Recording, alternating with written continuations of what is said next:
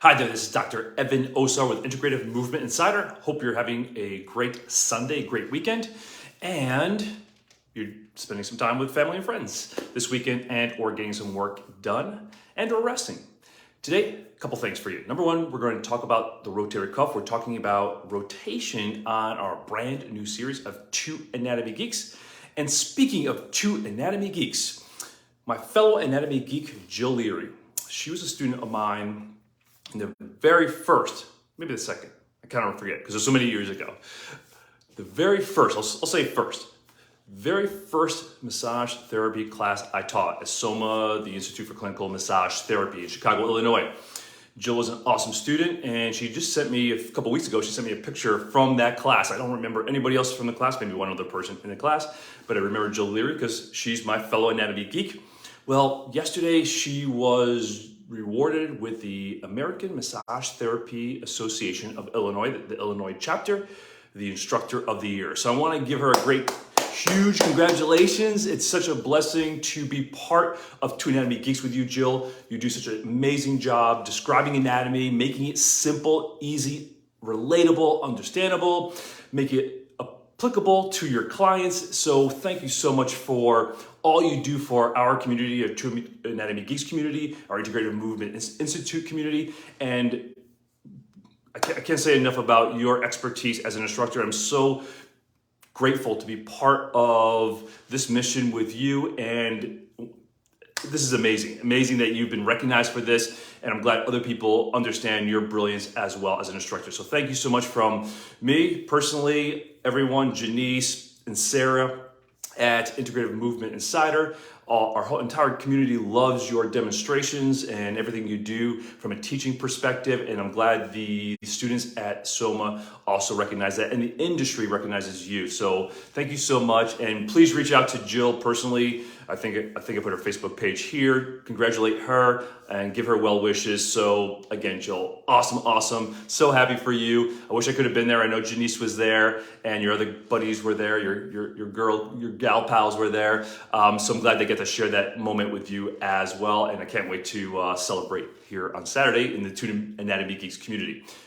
So Two Anatomy Geeks community. Speaking of our upcoming sessions, we're going to discuss this time next Saturday about the rotator cuff. And as you are familiar with, the rotator cuff is a series of 4 muscles, and we can talk about other muscles, obviously, that are important to shoulder stability. But we'll talk about and focus on the rotators of the rotator cuff.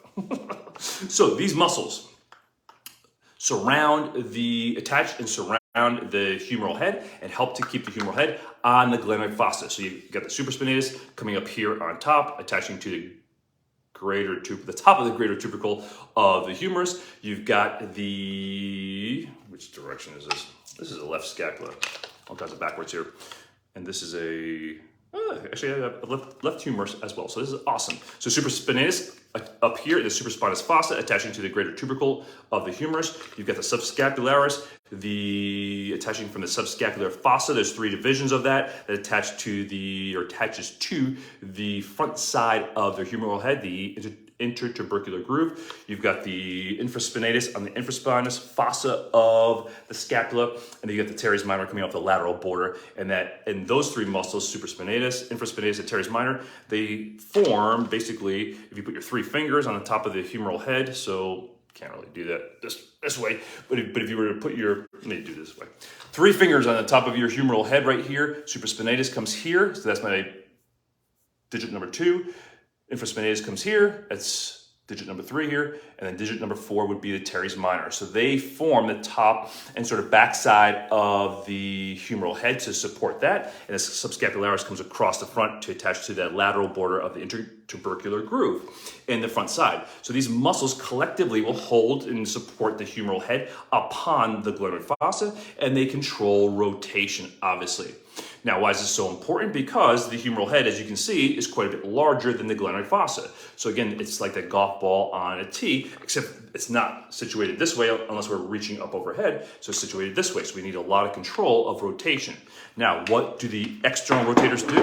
Well, as your arm goes overhead, you need to rotate sorry, making a lot of noise here. You need to rotate the humeral head to get the greater tubercle out of the way so it doesn't bang up against the top of the roof of the acromion process here, or the bottom side of the acromion process. So you need to rotate that to get the greater tubercle out of the way. So the external rotators do that. But what does the internal rotator do? The subscapularis, and why is this so important to shoulder position? The internal rotator, or the subscapularis, will rotate the humeral head this way because you've got the convex surface of the humeral head. Don't worry about it. You just see the ball of the ball and socket rotating on the concave aspect of the glenoid fossa. It will rotate as it contracts. It rotates the humeral head back or posterior. And if we look at a lot of our clients with the forward shoulder, the humeral head is sitting way too far forward. That's what creates impingement syndrome. It leads to bicipital tendon issues. It can stop there and start again. It can also lead to, labral issues, bicipital tendon issues, because now your biceps tendon which should be holding which is maybe the fifth rotator cuff. It can be considered a rotator cuff because it goes through the joint capsule. But the humeral head is now sitting on top of the biceps tendon, so that irritates the bicep tendon anytime you move your shoulder. You have a client right now that I'm working with, a patient I'm working with that has a little bit clicking there, but we're getting her better because we're teaching her how to centrate or center that and align that humeral head. So again, it will also irritate labrum, can create impingement, and then also irritate that humeral head. So we want to teach our clients actually how to internally rotate to help drive that humeral head back into the acetabulum where it belongs, or upon the acetabulum, that's a hip, the glenoid fossa where it belongs. I'm a mess today. So that's the function of the rotator cuff. Now, how do we do that? Well, number one, we have to teach our clients how to release. We have to release some of the muscles that will drive the humeral head forward. Oftentimes you need to release the external rotators because that's what those muscles, what they do is when they cause rotation, we'll discuss this much more in Two Anatomy Geeks, they rotate the humeral head. And when they externally rotate the humeral head, they can also drive that humeral head forward. And again, not many people talk about this and or know about this, and that's why the humeral head sits so far forward upon the glenoid fossa. So we need to release underneath here. The lats also, teres major also comes underneath here. When they're short and tight, they will also pull the shoulder blade down and also drive that humeral head forward. So oftentimes we need to first release here. Well, then we need to teach our clients how to control the humeral head on the glenoid fossa. That's why you see me do many times. I do that pattern, the pull apart, and getting the shoulders to go wide. The cue we use, we want our client's shoulder to go wide, and we want our client's shoulders not to be depressed. We don't want that huge angle of the shoulder. Obviously, we don't want our client's shoulders up like this either, but we don't want them overly depressed where that big angle is. You see the big angle in their shoulder, so that way they're going to create increased compression on the scapula, of course, the rib cage as well, but it's also going to create further tightness and further anterior position of the shoulder. So again, we want to make sure the shoulders go up and wide, and then we teach them how to control this position. So we will do a slight pull apart. So that way we're teaching them how to maintain this position. We'll do a lift from that position. You can also do a little bit of external rotation. And again, teaching the client how to control that rotation. And then you want to teach your client also how to do internal rotation as well. And a lot of internal rotation comes from wall planks or positions like this, where you can teach a client how to maintain this shoulder position, and not that you have to teach them how to rotate internally, even though they should be able to rotate internally. You just teach them how to center and control the humeral head on the glenoid fossa, and that will help them start to develop a better balance between the internal rotator, the subscapularis, and those external rotators, the infraspinatus and teres minor. So this band pull apart, even though it's biasing sort of external rotation, it's really helping the client set up better control of the ball, that humeral head, upon the glenoid fossa. That's why this pattern works so well for our clients, and it's our go-to pattern.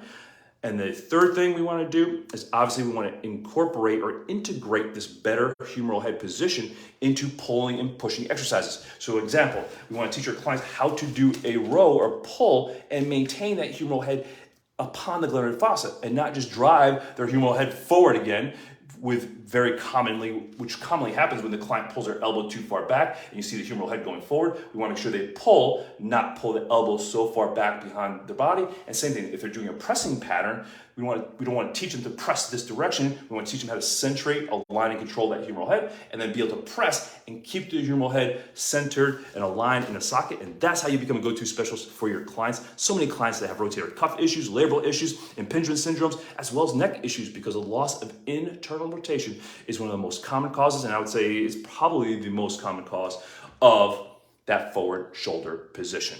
So this is Dr. Evan Osar with Two Anatomy Geeks and Integrative Movement Institute.